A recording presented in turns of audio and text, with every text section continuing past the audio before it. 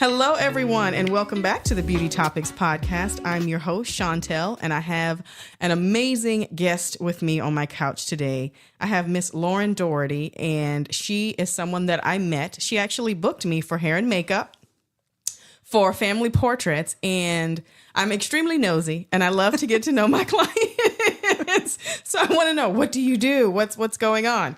And she started explaining to me about her therapy background and how she helps women and teens and girls. And it just really resonated with me, being a mom of, two girls. I have a 21-year-old and a 17-year-old. And just listening to her talk about what she did and her passion for it just really inspired me to have her come on the couch today so we can kind of just talk a bit about mental health. So I'm very, very excited to have you here, Miss Lauren. Thank you so much for coming. Thank you for having me, and thank you for making mental health a priority because it's an important topic. And so anytime anyone asks me to talk about it, I'm in. I love it. And apparently she just shared with me that this is her first podcast. Yes, it is. My first podcast. I'm so honored that I get to be number one. Yes. You just don't even understand how excited I am to have you here, because I feel like so many times people kind of feel like, sometimes it seems like there's a stigma around therapy. They're like, oh, if you go to therapy, you're crazy. I'm like, no, if you go to therapy, sometimes you just need someone to talk to and bounce things off of and be an impartial ear, or be someone that's outside of the situation that can see things from a different perspective than you can. Absolutely.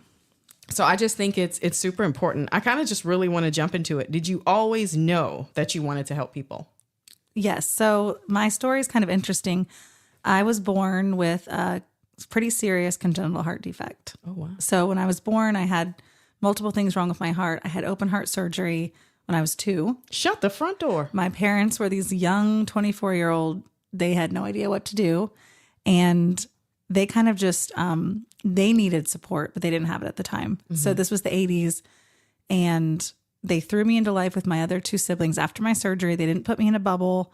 Oh, wow. I kind of lived my life. Thank God. Thank you, Mom and Dad, because my heart adapted. Mm-hmm, mm-hmm. But from that age, I kind of just always said, okay, I was helped. I'm going to help people. And I don't even know where that came from, but my dad said from a young age, I would write, I'm going to be a pediatrician. I'm going to be a pediatrician. I'm going to help people. And he said that was like my mantra. Like, I'm going to be a doctor. I'm going to help people because I was helped. I'm going to go do all this stuff. Fast forward, I get in school, realize I like writing. I like talking to people. I like people. Yes. The science and math, not my thing. I'm with you. Not my thing. I didn't love it. I don't love physics. Yeah. Okay. Calculus, no. And so I started going in a different direction, and I realized I could read people. I could connect with people of all different kinds. It doesn't matter what background, I can find a common ground. So when I went into college, I started thinking about psychology, and that was the way that I was supposed to help people. And now I know that I was meant to help people. It just took me on a different path. Wow. So you were always emotionally intelligent. Yes. And I was always going to give back, because I feel like I was given this second chance.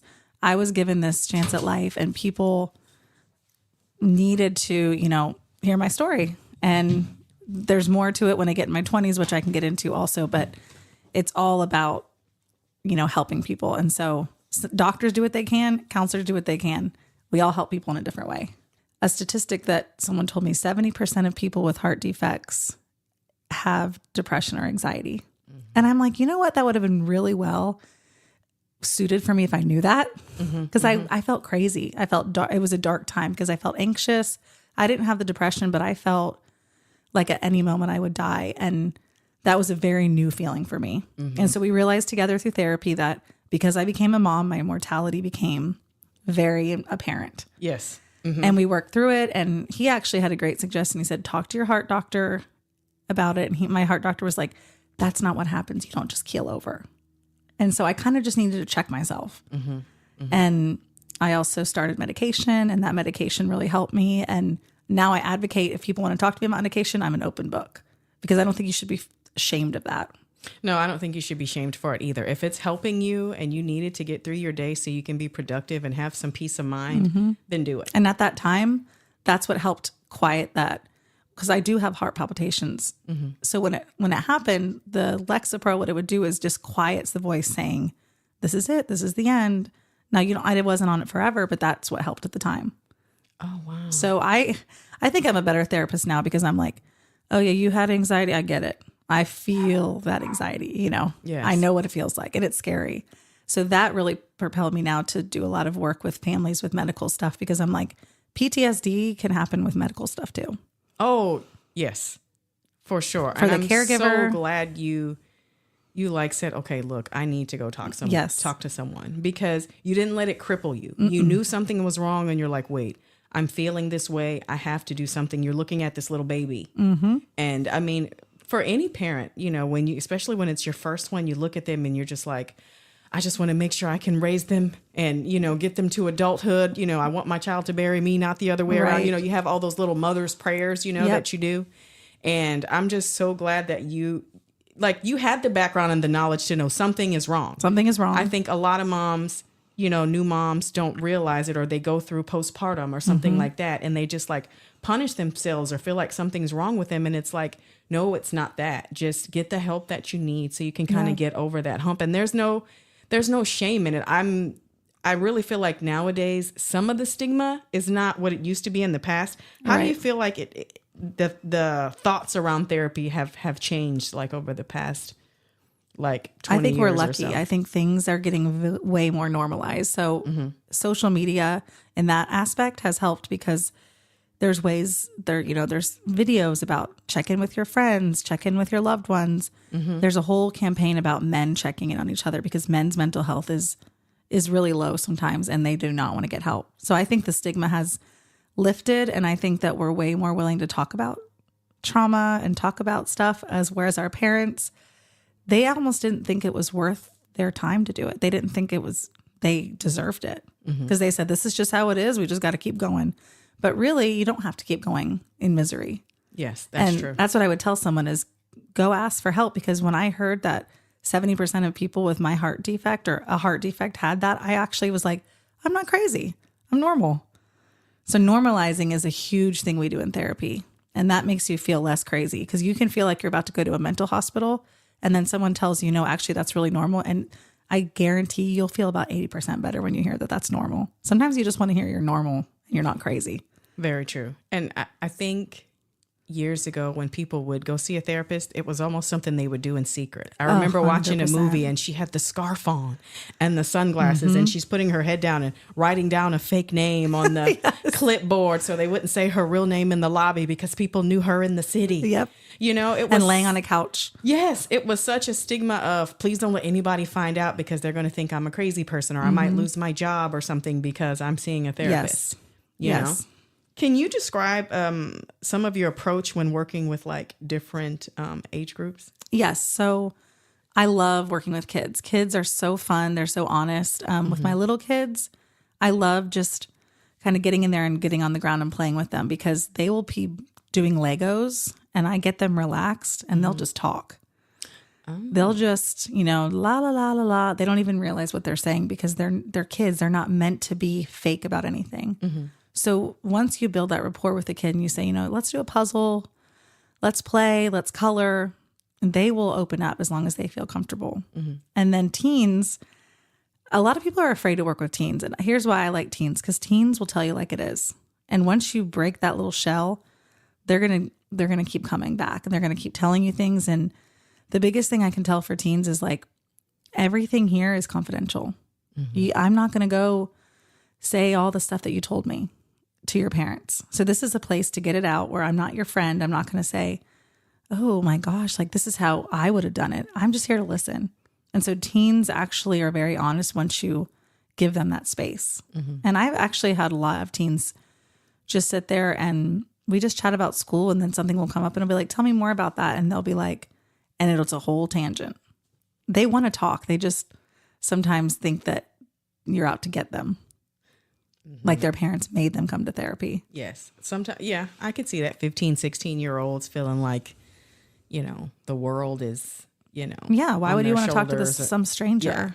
Yeah, exactly. But it's actually healthy because you can get it out and you're not talking to your parent who's going to say 30 things after one sentence. Yeah, because like you said, one of their fears is like being judged by friends, or it's like the judgment. Yeah, the judgment. You know, and I'm here not to judge. I'm just here to listen. And you might hear that there might be a solution to that. So, with little girls, we'll talk about friendship fires, which is like two friends are being mean to one friend. And I love doing group therapy for that reason. I love getting girls together to talk things out like that. So I think that's a cool way to do it.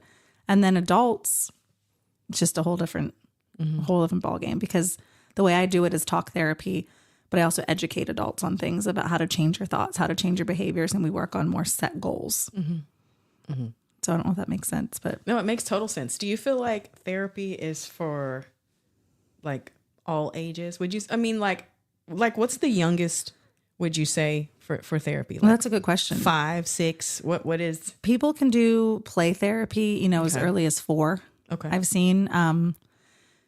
It's just a different type of therapy, because you're getting things out of them in a way. Like, say they do a sand tray, and they we get figurines, and they might put a house and mom and dad in the house and dad's over here.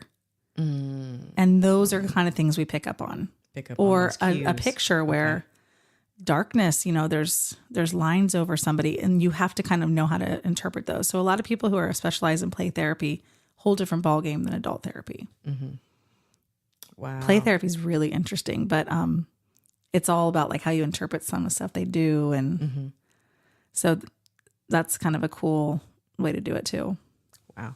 What's the oldest patient or client you've ever had?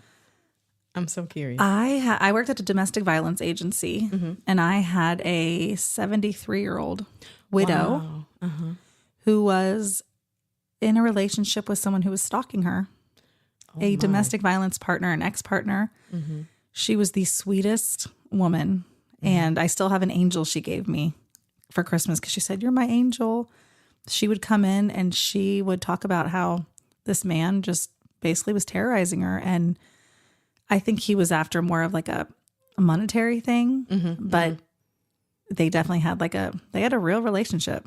Wow. So probably like 73. I mean, and then in the older care facilities, they have people who specialize in geriatric mental health. Okay. Yeah. I was curious about that. So that's definitely it's kind something. of a separate type of expertise that you would. Okay. How do you handle different cultural or diversity issues in therapy? I love this question, because when I was in school, I'll never forget, my professor said, "Here's how to handle different diversities. Ask questions." And that has stuck with me, because what I always say to people is, I'm here to teach you about trauma.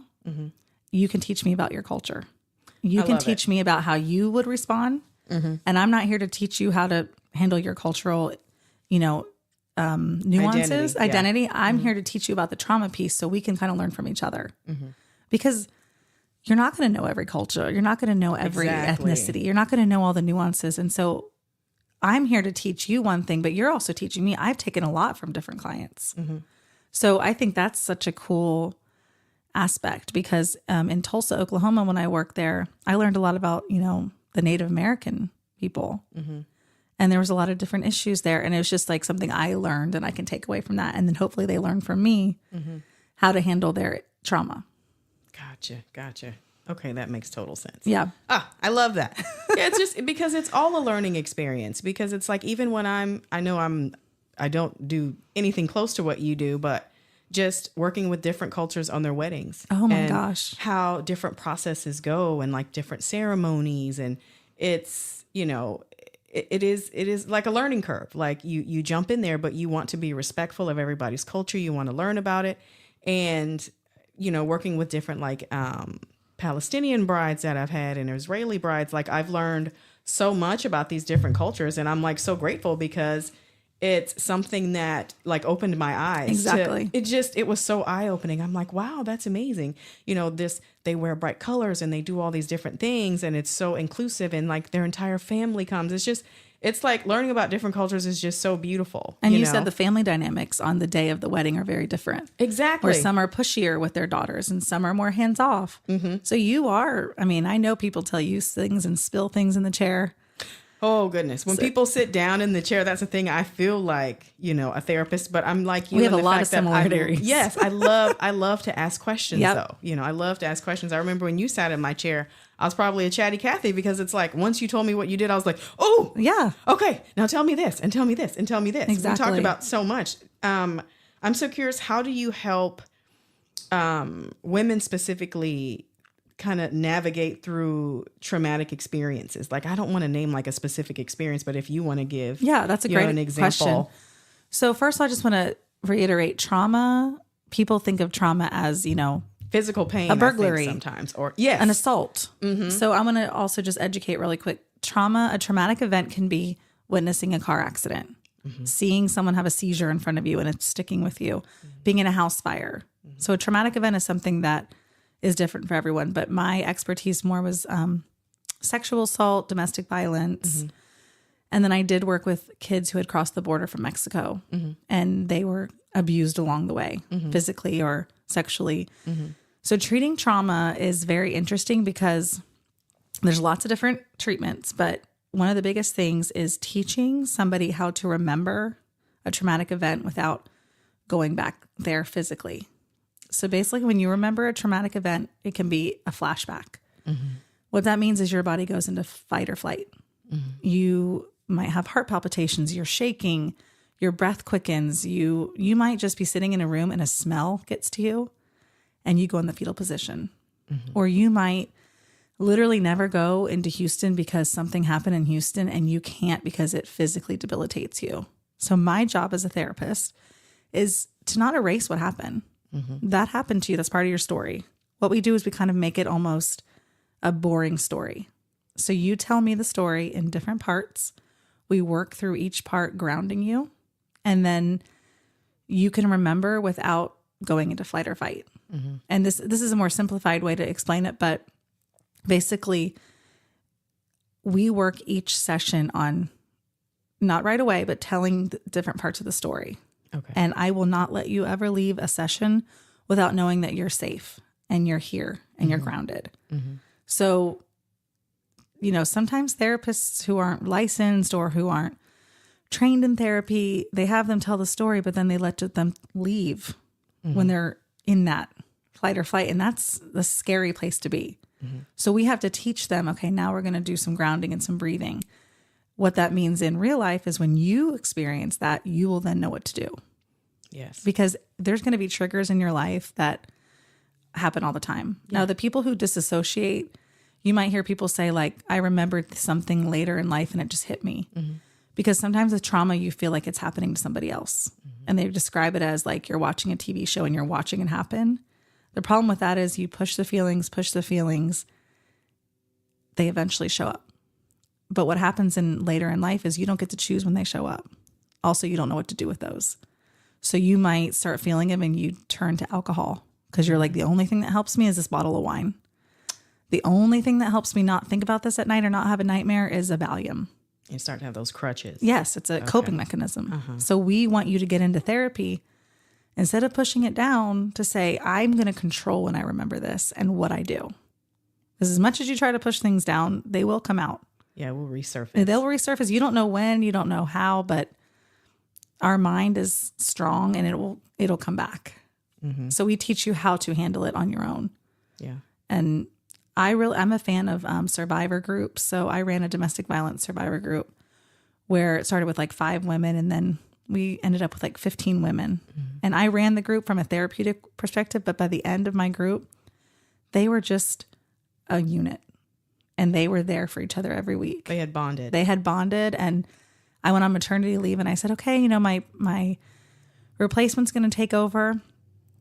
Not one of them showed up that next Monday. They went to the Waffle House. Oh, and just talked to each other. They took it off. They took it off book. But I was proud of them. I love that for them. And they're like, we've got this. My friend's like, no one came. I'm like, sorry.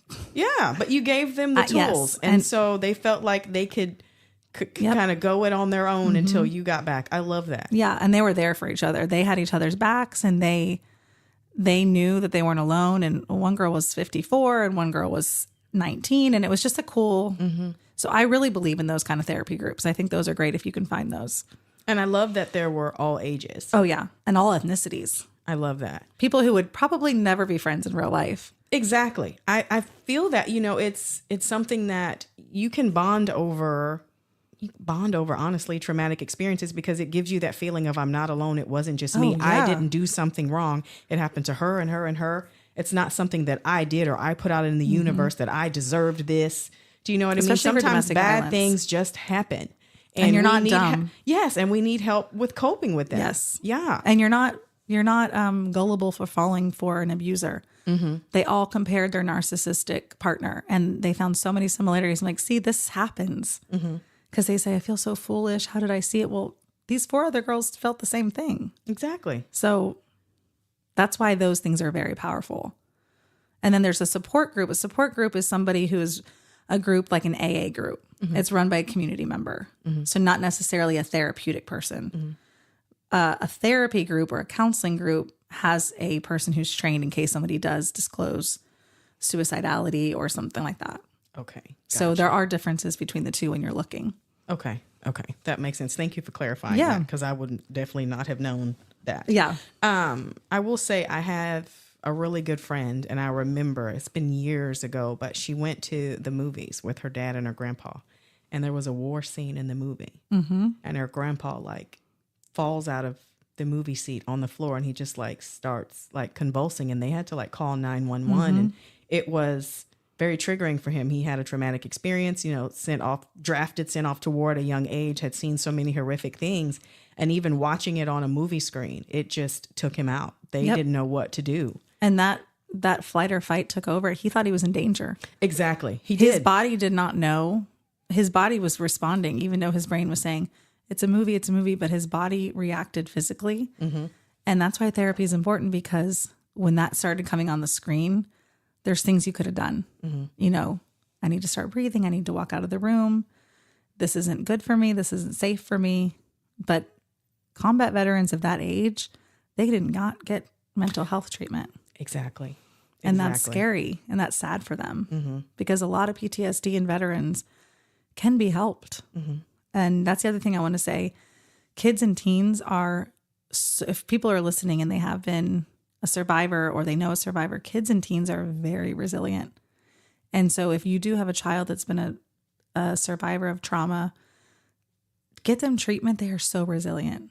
I've seen the most amazing responses to therapy. You just got to get them to therapy. Yeah. Because they will move past it. And it's pretty amazing to see.